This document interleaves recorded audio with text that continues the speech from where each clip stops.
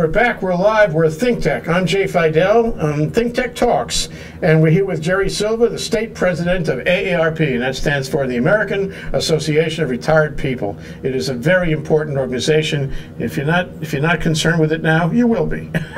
Well, first of all, we're not the American Association for Retired People, okay, well, because 40% of our members are not retired. We're just plain AARP. Okay. Oh, I see. I remember that, you know. We interviewed Barbara Kim Stanton years ago, and she pointed to the same thing. I'm having deja vu. It's just AARP now. Yes. We don't have to extend the acronym at all. Not in the least. Okay. So, Gerry, tell us what it's like being the president of AARP. It's a very busy job, I can tell you that. I mean, I've been doing this for about a year. I've got to meet a lot of people on all of the islands throughout the state. We get involved in some pretty intense issues, so it's fun. Yeah, you know, I mean, if there's one thing that you can think of where you're doing good for a lot of people, I mean, it's sort of that gratification thing, nonprofit gratification is an NPG, nonprofit gratification. Yeah. And that's what we are, nonprofit, nonpartisan organization. Yeah. With quite a few members, 37 million across the country and 149,000 in this state. We want more.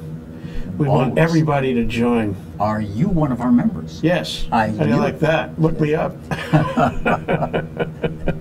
Anyway, so I wanted to catch you first on some of the things you've been doing lately, including you're having a big program here in November with the national president. That's right. Well, a number of things. First of all, for the last year and a half, I've been going across the state. I've spoken to about 50 groups talking about a program known as You've Earned a Say. Our big concern is making sure that people don't tamper with Social Security and that Medicare stays strong. So I've been talking about those two topics wherever I've had the chance. Spent some time talking about the Affordable Care Act, which is something we strongly support. So between those things and rewiring my home, I've had a pretty productive life. I'm sure, and I envy you that. There's a lot of people who depend on you. No pressure, though, Gerry. No, none at all. So, the fellow's name is Rob Ramasco? Yes. And he's coming in November from, Washington? Rob is our national president, and he works out of Washington, D.C. He's an extremely bright guy with a lot of senior executive experience in the private sector.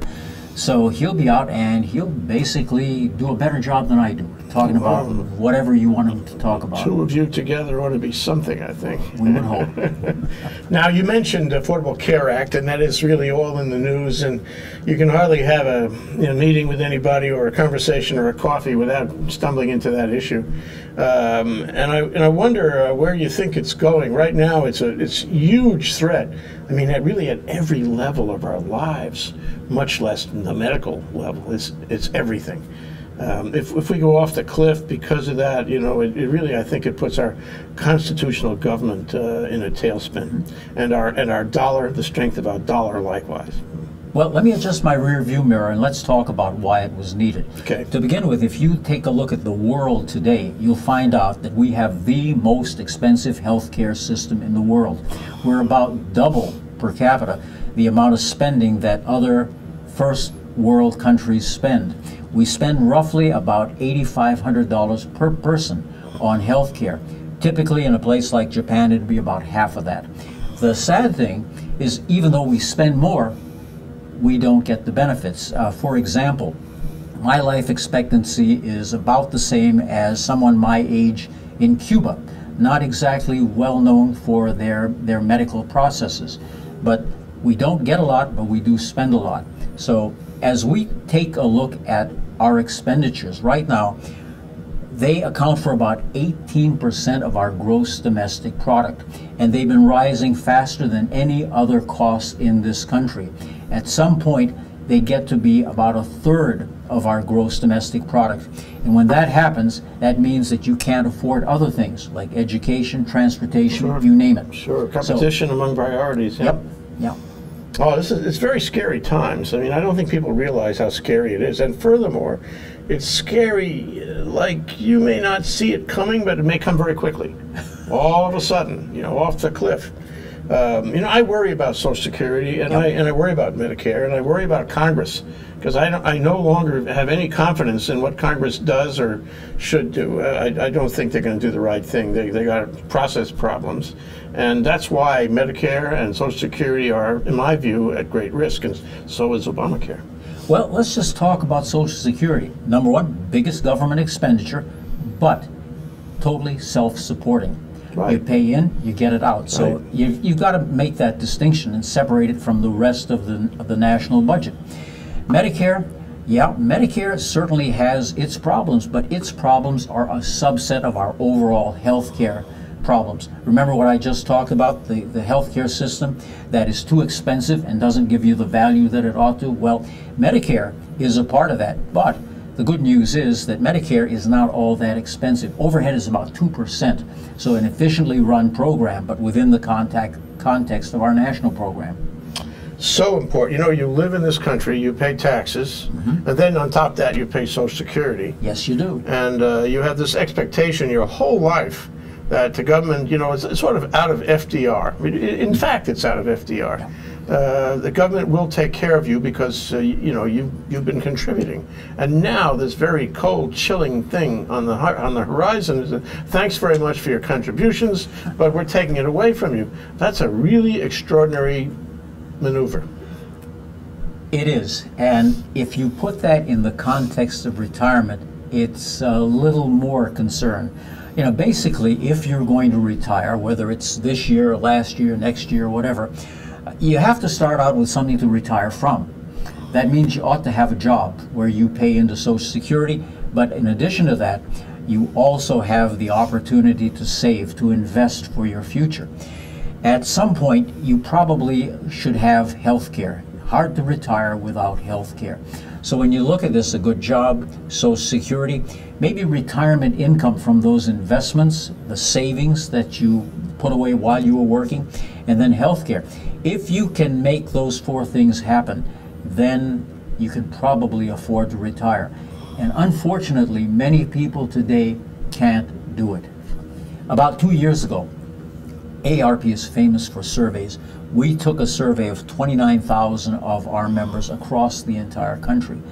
And what we heard was this, people 50 plus, that 2/3 at that point said they were going to have to postpone retirement for probably at least 5 years. Ooh. 25% of the people we talked to said, we don't think we will ever retire. Ooh. Yeah. So You work your whole life, you have all these dreams and aspirations of a little rest at the end, and then it's taken away from you. Yeah, there's no such thing as the travel that most people want Yeah. to do, spending time with the grandkids. No, can't do that. Got to keep working. Yeah. This is tragic, and it makes us less than what we were.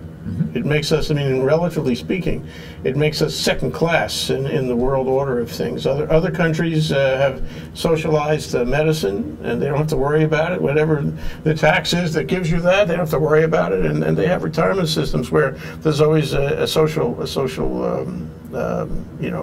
what do you call it? A social network. Safety net. Safety Yeah, net. sure. Thank you. Well, yeah, but there are other countries that have a similar model. In other words, healthcare that's not provided by the government, healthcare that's provided through a combination of government and private enterprise. That's out there. The biggest problem with our system right now is the waste. In 2011, the Institute of Medicine, which is part of the National Academies, did this humongous study. You can find it, only 238 pages, you can read it. But the bottom 2,700 pages on the Obama bill. The bottom line with the Institute of Medicine was that we waste on average $750 billion, yeah, that's with a B, dollars every year on health care. Repetitive services that don't do you any good, a huge administrative problem, and when you get past that, there are other things like fraud. And not much I want to say about fraud, but go to the Justice Department website and just search for healthcare fraud. You'd be amazed at what you find. Oh yeah, and even in this community there are Medicare fraud prosecutions on a regular basis. You can read about them. But so tell me, what does the Affordable Care Act do to correct these abuses and excesses? I mean, why do you like it?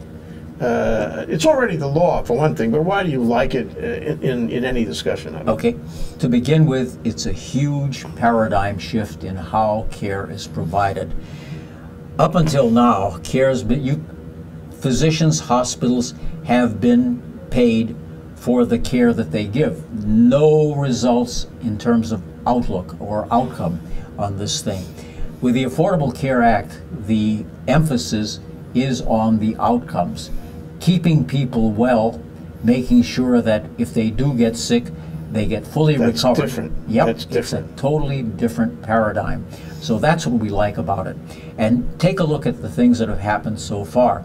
Number one, no co-pays for preventive medicine. If the highlight for me in 2011 was I got a colonoscopy for no copay. I thought that was marvelous. And I do say, as I watched the camera, I had a pretty good-looking colon. And I'm just happy to know that. But preventive care, mammograms, colonoscopies, that type of thing. You want to encourage that. Yes. It saves lives. That's exactly Saves medical expense later. Precisely. And the thing is that it also does a number of other things. If, for example, we have a doctor shortage, within the Affordable Care Act, there are incentives for people to go into general medicine, general surgery. So there are a lot of good things within the Act. Cutting down on people's pharmaceutical costs, that's another big thing in there. Before the Act, people on Medicare, once they reached a $3,000 threshold in terms of expenses, the government support of that kicked right off. And for the next $3,000, they were on the hook for all of the expenses. That's called the donut hole, and that's being closed through the Act. It'll be fully closed in 2020. Well, that's what I wanted to ask you, and I'll ask you after the break. We're taking a minute, but what happens if the Republicans in Congress are successful and somehow they jimmy the Affordable Care Act away from us and we don't have it anymore by way of amendment or repeal or unfunding it? My question after the break is going to be, what happens if we roll it all back and go back to square one? That's Gerry Silva. He's the state president of AARP.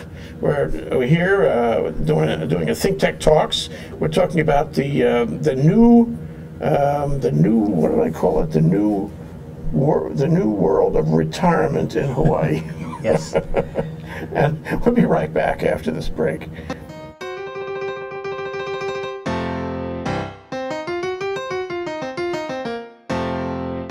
I'm Bill Spencer, president of the Hawaii Venture Capital Association.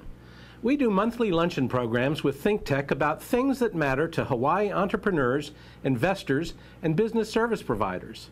So join us on the fourth Thursday of every month at the Plaza Club. For information about upcoming events or to join our mailing list, visit hvca.org. See you there.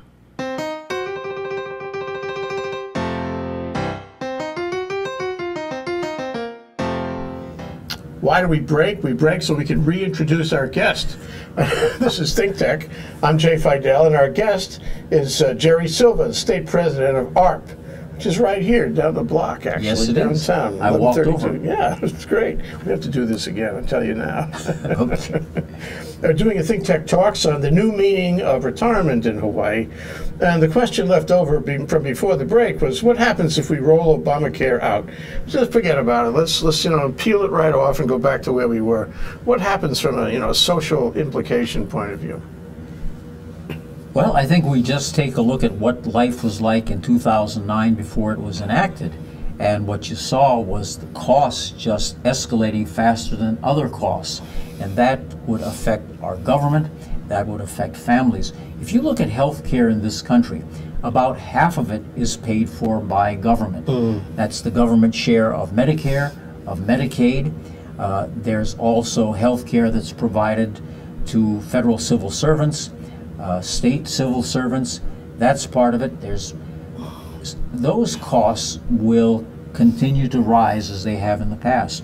Now, the other half is paid for by businesses and by people who buy their own coverage.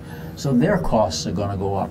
And like any organization that has a budget, if you have to put too much into one bucket in your budget, that leaves less to be put into the other Sure. buckets of the budget. So at the national level, that's less for education, that's less for transportation, and all the other things that we enjoy. Well, I wrote an article last week about the the need to pay unfunded liabilities obligations here in Hawaii. And although I didn't put this number in the article, you could tell from the article I was talking about tens of billions. Yeah. And my personal number is about $40 billion we're going to have to pay one way or the other. This all springs out of a speech that Peter Ho gave a couple of years ago, one of our ThinkTech programs, where he identified them, and you could see that it was in many tens of billions. And a lot of it was infrastructure, and the country, as the state, has let infrastructure go to pots. It's all over the country now. We don't have enough money to do the things we want to do. Our appetites are not being satisfied, as a matter of fact. We may have budget problems, but we're still not doing what we have to do. And so this is exactly the kind of thing where you can recover, right, some money that you were wasting before, and then apply it to unfunded obligations. Well, that's exactly it. With $750 billion a year in waste in our overall medical system, you could do some wonderful things with that. You could give more people more care, that's for certain, the people who are getting no care. And when it comes to infrastructure, you could build a medical record system, which is being done right now, and you could pay for that as well, which will make the entire system more efficient. Sure. It's like, it's just like the state computer system here in Hawaii. The governor has this great idea. He got Sonny Bagwalia to come from Washington, GSA, I think, and build a new computer system. And the first thing that Bagwalia did was he evaluated the old one, found that it was lacking, and it was all, inefficient and old and decrepit and all that. And he has a great plan, and so does the governor, to rebuild the system. But it hasn't been rebuilt for the lack of money. Yeah. And it's the same thing here. Medicine would be more efficient. We would save tons of money. We would be more efficient if everybody got on the bandwagon and used the technology we've already developed. Well, part of it has been rebuilt, and that is the part that handles Medicaid over here. So that has been automated, and as soon as it comes online, of course, the healthcare connector is another great advance in terms of information technology that will help at some point make things better. Yeah, people are attacking the exchange and the connector and all that, but in fact, you mentioned to me before the show that they were attacking Medicare before it became effective, and it's the same thing here. Medicare, Part D drug program, same thing. Exactly. It won't work. It's too expensive, but try to get people. As a matter of fact, a lot of people right now think that Medicare is not a government program. I mean, I've had it's people so tell good. me, tell them to make sure they keep their hands off my Medicare. That's funny. Well, let me shift a little bit. I wanted to get from you, the whole thing that AARP studies about demographics here and on the mainland, in the country in general. And, they say that a country with, the emphasis on the lower part of the bell curve is a more robust, energetic country. And so in Europe, it's everybody's on the high side of the bell curve, and that means they're older and their economies are at risk. And the U.S. is in the middle, but we're getting older, and thanks to whatever medicine has done for us, I suppose. And then in Asia, except for Japan, which is the exception, everybody's really young, so they got lots of vitality, and their economies show it. So what are your studies? Where have they taken you? And what is AARP studying, and what conclusions has it made? Well, first of all, we are as a nation getting older, absolutely.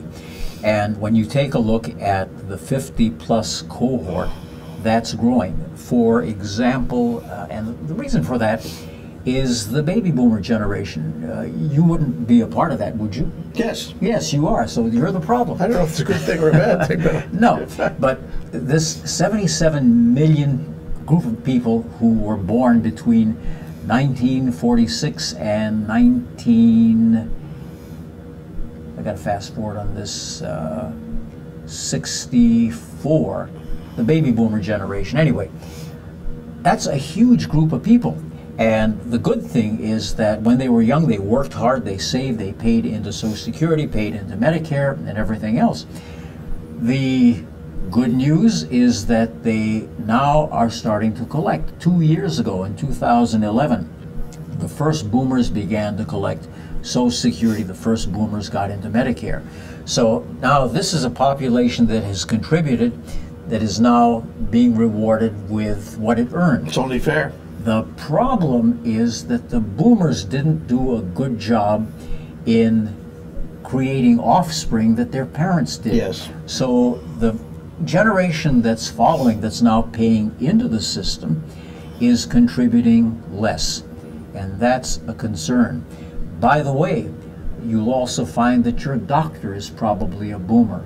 So as time goes by, we're going to have fewer doctors, and they're going to have to come from that cohort, the millennials, that followed. And so we're looking at a growing population of people who need care, and we're looking at a smaller population of people who can provide the care. I mean, you talk about doctors, but it's all kinds of other critical jobs, yes, too. So, you know, that this is all the effect of an inverted bell curve. Mm-hmm. So what do we do about that? We encourage childbirth. Well, I think it's a little too late for that. Maybe so. The other thing is, though, that you need to make the system, the healthcare system, more efficient. That's part of the solution here, and that can be done. You get rid of the waste within the system, and perhaps you diversify the way care is delivered. Not all care has to go through a doctor. And when I talk with hospitals, for example, they have what they call extenders, which means that some of the functions that used to be done by doctors are done by nurse practitioners or physician's assistants. It's already the case. Yep. And that gives me a lot of hope as I look at the way the system is headed. And that, again, is encouraged by the Affordable Care Act. Yes. And it's a matter of the patient taking responsibility for his own life, which is something we should have done before, but we didn't. Well, yeah. I think we've kind of gotten a handle on smoking, but obesity, diabetes, and all the other diseases that are controllable through lifestyle, those still need to be worked on. Worst case, okay, we don't take control. Worst case, the baby boomers don't have a lot of kids. The millennium kids don't want to be involved. They don't want to step up. They're not making they don't have jobs, for example. Mm-hmm. You know, they can't step up and pay the price of taking care of the old folks. Yep. On a demographic level, you know, on a national level, what happens if we can't fix this? What happens? You know, I don't even want to consider that, but I think that... Just tell me personally. Nobody will know what your answer is. I think the situation is pretty well evident. We will have a lot of people who are not cared for, who are living in poverty when they should be enjoying their golden years.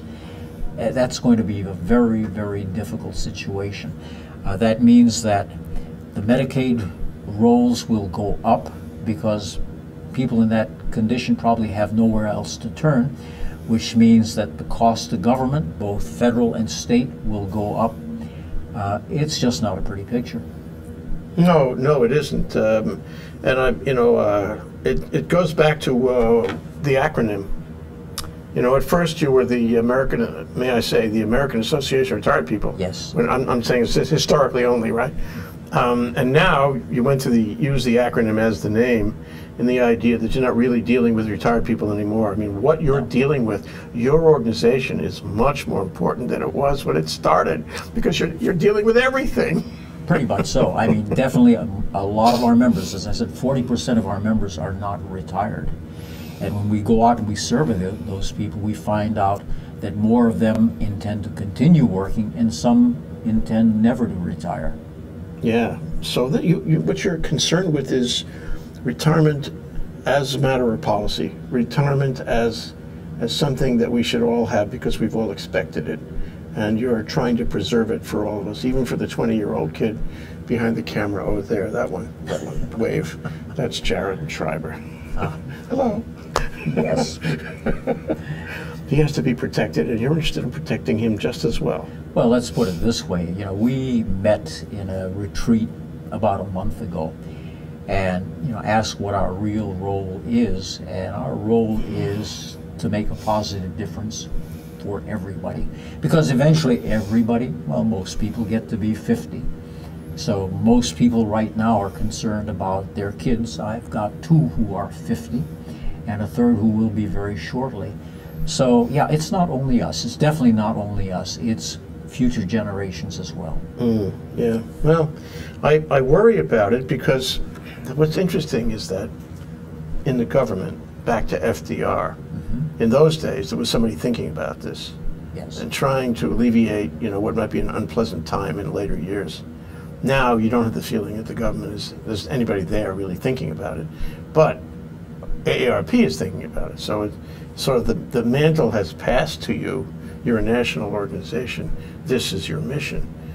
More than any government agency, this is what you think about all day. Well, our focus is on the 50 plus, absolutely, and the challenges that confront them. Yeah. So, okay, I'm 50 plus.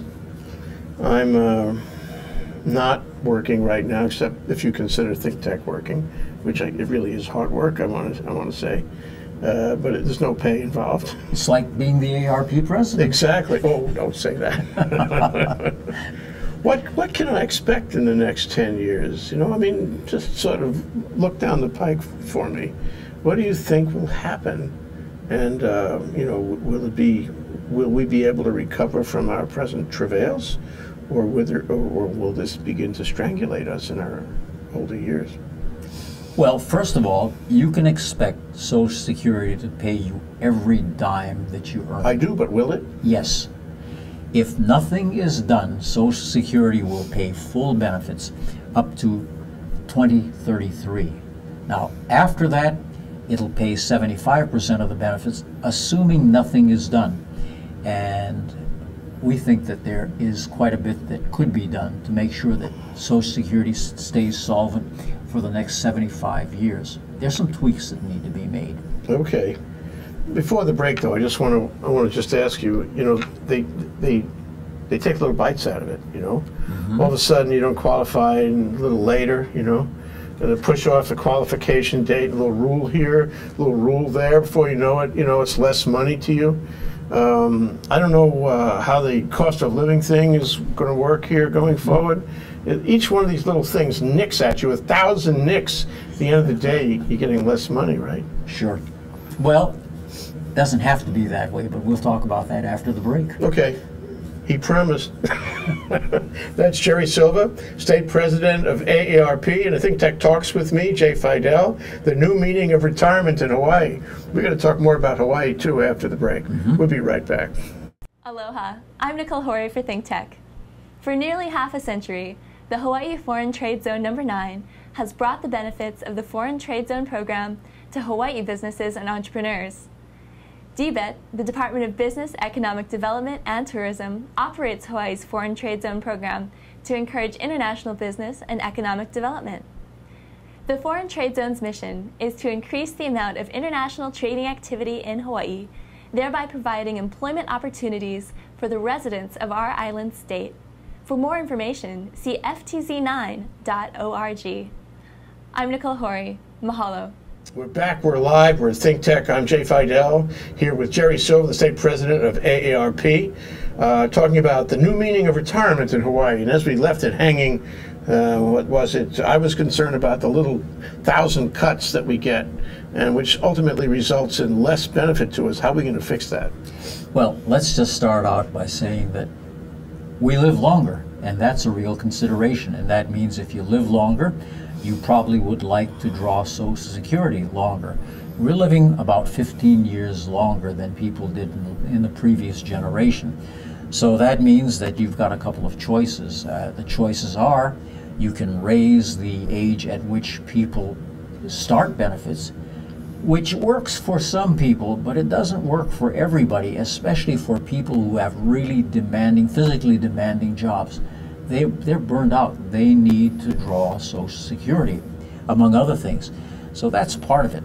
The other thing is you can also raise the amount that you collect, and you can do this in 2 ways. You can raise everybody's contribution by a little bit, say 0.5% or something like that. Or in the case of Social Security, you can have people who right now exceed the Social Security cap. Yes, there is a cap. If you earn over $113,000 a year, you don't pay Social Security on that. So that could be raised, let's say, to $200,000, Get more money in the pot. Yeah. Yeah. You get And more people money. wouldn't object to that. Unless you are earning $200,000 or $250,000 or more. Just raise a little bit then. Well, yeah, and the whole thing is there's a precedent for this. You know, when you pay your FICA, you're paying for Social Security retirement, but you're also paying for Medicare. And there is no limit on the amount that's subject to FICA for Medicare, so that can be done. Matter of fact, this year, to help Medicare along, if you make over $200,000, you're going to pay an additional 0.9% of your income into the Medicare trust fund. So yeah, there are balances. Delay the benefit or pay a little bit more as you earn the benefit. That's possible. With that in mind, a lot of people say, I don't know if you have a feeling about this, a lot of people say, as soon as you qualify for Social Security payments, take them. No. Because you never know if it's going to be around next time you look. Number one, it's going to be around. And for some people, they don't have the option. They're old, they're out of work, they can't get a job, they've got to start collecting. But just look at it this way. There is a full retirement age right now that's about 66 for, used to be 65, but 66. Then there is the minimum, 62, when you can collect.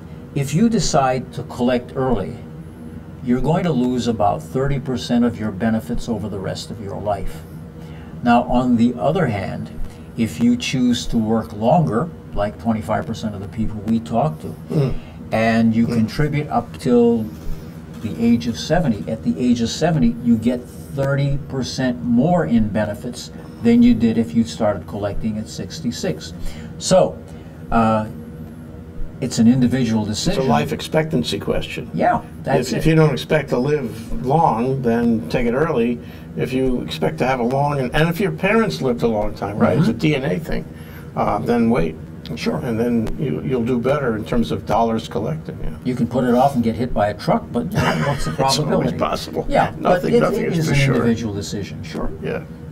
Well, I wanted to shift a little bit to state of Hawaii. Wow. Everybody's interested in that, and I wonder, what you're doing at the state level, and what are the issues here about retirees?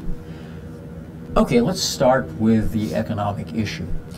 If you take a look at the average income throughout the country, we rank about 17th, and 17th out of 51, 50 states in the District of Columbia is not bad. We're at the bottom of the top third.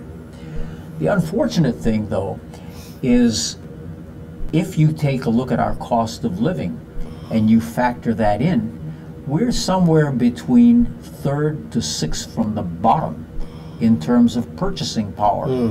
And of course, with Social Security, it doesn't matter whether you're in Montana, Hawaii, Alaska, Alabama, the Social Security check is the same. So you get a disparate result if you're in a state where the cost of living is high. It buys quite a bit less in Hawaii, Yeah, so yeah. that's something that you've got to consider. Yeah.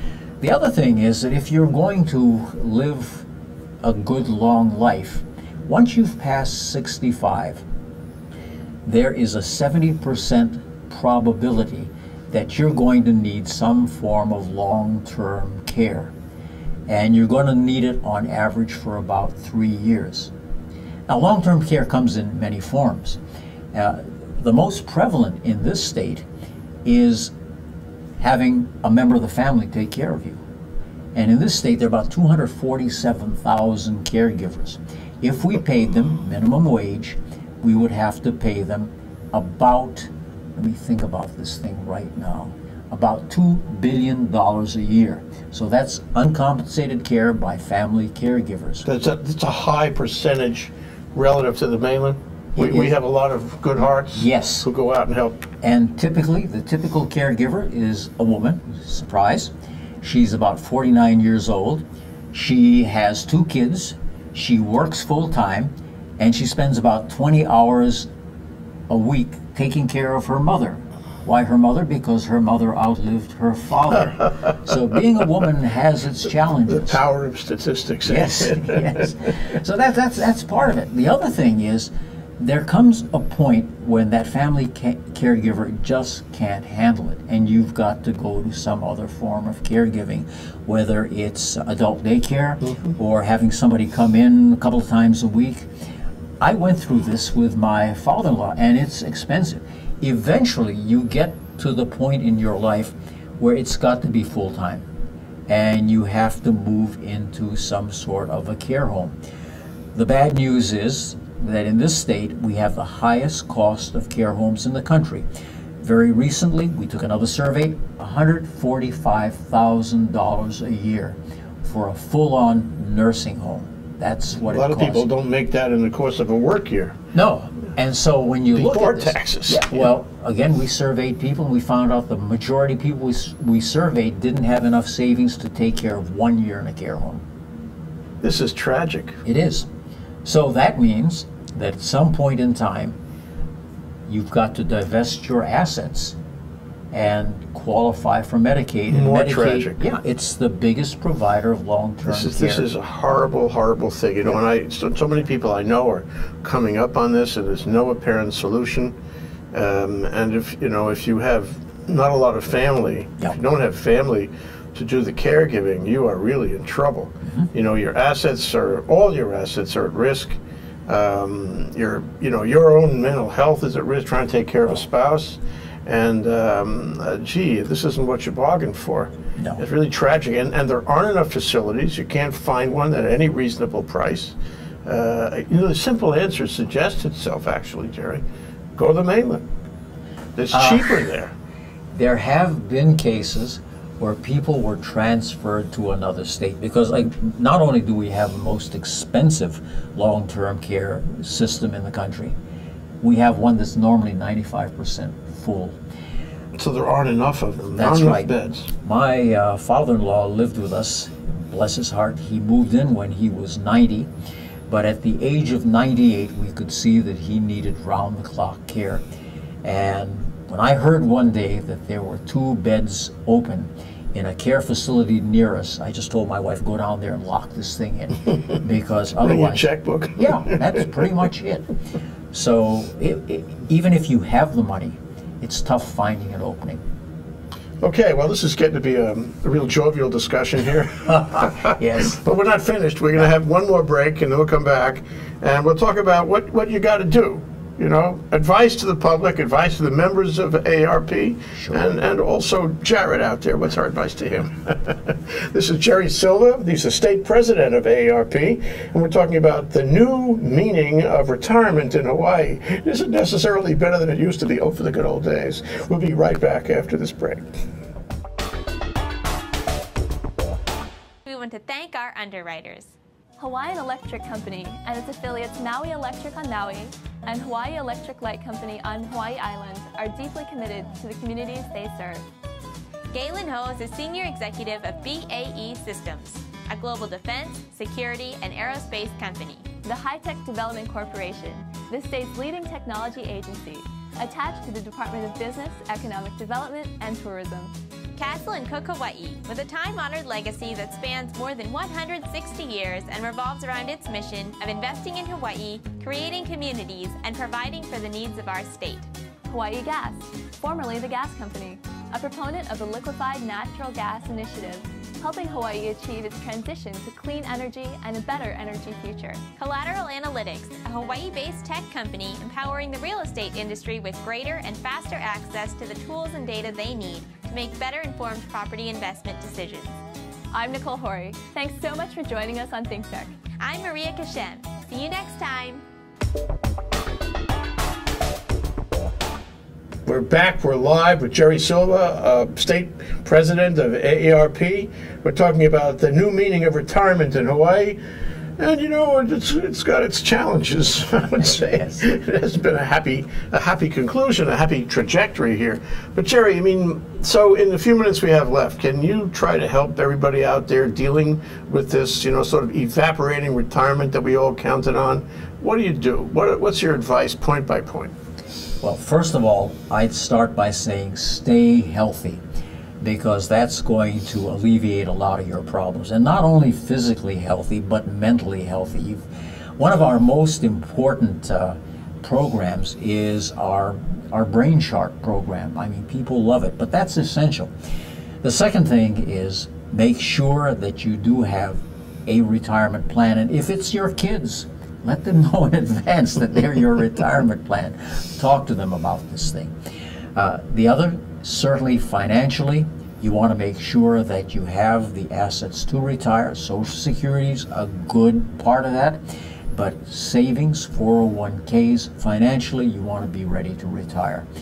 And if it means that retirement's going to be further out than you'd planned, you want to make sure you're healthy enough to get there. You don't want to retire prematurely and then have to be a burden on your family. Oh yeah, it's hard to go back, give up your job, your productive years, and then find you need to go back. That's Yes. hard to do. Well, of course, when you're 55, it's probably difficult to get another job. Yeah. That's something we found. So how about the young man? Take Jared out there as an object. What's your advice to him? And he doesn't care about this stuff. What does it mean to him? Nothing, right? Nothing. Well, what does he do? He looks reasonably healthy, and he ought to stay reasonably healthy. He's the state fencing champion. Watch out. Well, there we go. Okay. But the other thing is, yeah, take a look at investing. If you can get into a 401k, if you got an employer who will match it, by all means, grab onto that as quick as you can. But financially, I think you don't want to have to depend totally on Social Security. That's going to be the big thing. State of Hawaii, in my view, see if you agree, has not been all that. You know, the state of Hawaii might have been a great place for retirement. It might have drawn retirees from all over the place. And in fact, there was this nominal thing about not taxing passive retirement income. I think that's still the case by the state income tax, which is a good thing, you know. But some other states have that too. We're not the only one. Yeah. So, you know, what can the state do to take care of the kupuna who are here? And should the state do anything? Could the state do anything to actually attract retirees from the mainland or elsewhere? Well, there are a couple of things the state can do. First of all, they have a program called Kupuna Care, which provides services like cleaning services, transportation services, meals, for people who are not Medicaid eligible. That serves about 7,000 people. They could enlarge that. That would help. The other thing that they can do is something that actually AARP has participated in. About 2 years ago, a long-term care commission, which was chaired by our former president, Stuart Ho, came in with a report. They looked at the long-term care situation, and the report started by saying the long-term care system in Hawaii is broken. And they went on to recommend that the state initiate a low-cost premium program where a small amount of money each month would be taken out of people's wages. They would have to vest pretty much as they do for Social Security. And at the time they needed long-term care, they would get 1 year of long-term care with an average daily payout of about $75. Now, in the context of what it costs here, that's not a lot. But 1 year with $75 a day coming in defers Medicaid for at least a year and maybe longer. So that's something that was passed by the legislature, and we're in the process of going through an actuarial study to see what the exact costs and benefits So that will be implemented. We certainly hope so. That was an AARP initiative? Well, I think AARP played a major part in this thing. So, I mean, I take it that aside from all the other things you do, the programs, some of which you've mentioned, you do lobby at a national level in Congress, try to protect our federal retirement Absolutely. programs. I mean, let's not be shy about this. We're a 501c4, and the C4 allows us to advocate, and we do a lot at the national level, and we do it at the state level. We do it across the country. Okay, and then at the state level, what are you lobbying for? What do you see coming in the legislature this year that is of interest to you and to your members? Well, the Kupuna Care program, we'd certainly like to see that improved. And the other thing is we want to continue to move forward with the long-term care program over here in terms of the the program that will allow people to contribute and then to get something after they've vested. What about increasing the number of care home units, care home facilities? I mean, it seems, I don't know if there's tax credit or anything or any kind of break to a developer. I've seen a couple of developers go belly up trying to do care home facilities. I'm not sure why it's so hard to do it, but it has broken 2 of them that I know. Yeah. And I'm wondering, well, why the state can't make it easier. It's sort of like dealing with the homeless or the affordable housing program. You know, if the state puts some effort in it, the state will be able. The state is the best person to do it. So, query, what could it do, and what could you do to help them do it? Yeah, I don't know. I really don't know. You probably It's a very have hard to ask. problem. Yeah, you'd have to ask people who are operating care homes right now what the barriers are, and they could probably come up with those. But at this point, it's not something the AARP has really looked at, not hard. No. I knew a fellow who his family had owned a care home, and he decided, as a matter of an occupation, he would build one. And he bought a lot, and he built it, and he made a care home out of it. He created it as a business, and it was a business that earned some money, and he's doing it today, and it was a successful venture for him. And I suppose, I don't know if he had special tax breaks over it, but if there were special tax breaks, you'd see more people do exactly that. Small care homes work just as well as large ones. You don't have to have a large one. You know? As a matter of fact, there are a lot of small care homes in Hawaii. Yeah. Definitely are. Yeah. So the one question I would ask you on the way out here is, you know, I mean, I've been a member of AARP, and I think AARP is a wonderful organization. But you know, what about Jared out there? Why should he join AARP? Well, first of all, unless he's a lot younger, a lot older than he looks, he can't until he's 50. Sorry I said that. You're not 50, are you, Jared? No. But when he's 50, number one, there are benefits that AARP members get, travel discounts and everything else. And I really can't talk a lot about those because that's another whole different part of AARP. But we put out a great magazine, and it's tailored basically to people 50 to 60 and 60 plus. Circulation is 47 million, more circulation than any other magazine in the world. It's got some great stuff on there. So there are reasons to join. And of course, your dues go to letting people like me work for free and advocate for them. It's not expensive, though, is it? No. You know, I mean, the thing is, if I ask you this, I think I know the answer. Is there anybody else doing what AARP does? There may be another smaller organization that I'm not really familiar with, and you know, more power to them. If they want to improve the lives of people 50 plus, that's fine. There's room for a lot of people to do that. Yeah, but meanwhile, AARP is the big watchdog, and we've got to count on somebody to watch us, and AARP would be the one. Well, 37 million people, and we do have a lot of credibility with the Congress. And the key thing about, well, not only AARP members, but people 50 plus, everybody knows that people 50 plus vote. And we do a lot, as much as we can, to provide them with unbiased information so they can make decisions.